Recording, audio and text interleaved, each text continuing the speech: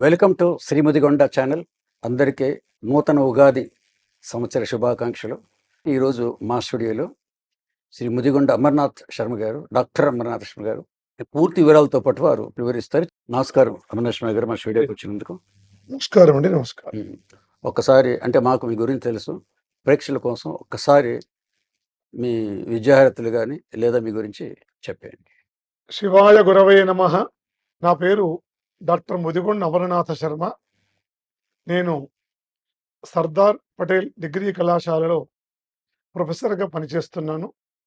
అష్టావధానిని, శ్రీ శైవ మహాపీఠం ఆస్థాన పండితుణ్ణి, అలాగే జగద్గురు శంకరాచార్య పుష్పగిరి మహాసంస్థానానికి కూడా ఆస్థాన పండితుడిగా ఉన్నాను.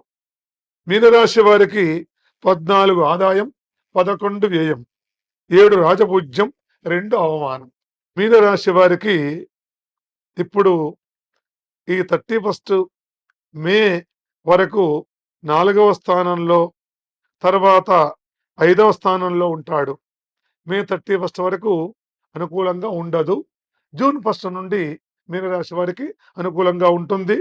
విశేషమైన అభివృద్ధి సంపాదిస్తారు. కీర్తి, సంపద, కుటుంబ సౌఖ్యము, సుజనుల అంటే మంచి వాళ్ళతో ఫ్రెండ్షిప్ చేయడము, అధికారుల వల్ల అనుకూలంగా ఉంటుంది. ఇకపోతే మీనరాశి వారికి విచారం కలుగుతుంది. కొంచెము రాహు అనుకూలంగా లేడు కాబట్టి కార్యాలు అంత తొందరగా నెరవేరవు. ప్రవాసం చేసేటువంటి అవకాశం ఉంటుంది.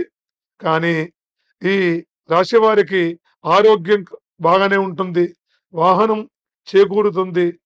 కేతువు కూడా అనుకూలంగా ఉన్నాడు కాబట్టి బుద్ధి చక్కగా పనిచేస్తుంది. విశేషమైనటువంటి సౌఖ్యాలు కలుగుతాయి.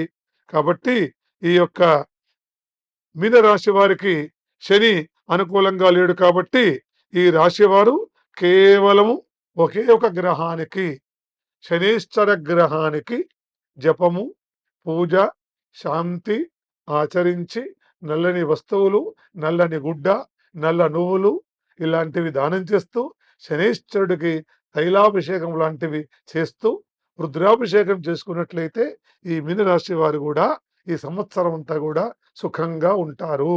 మీకు ధన్యవాదాలండి. నమస్కారం. సంతోషం.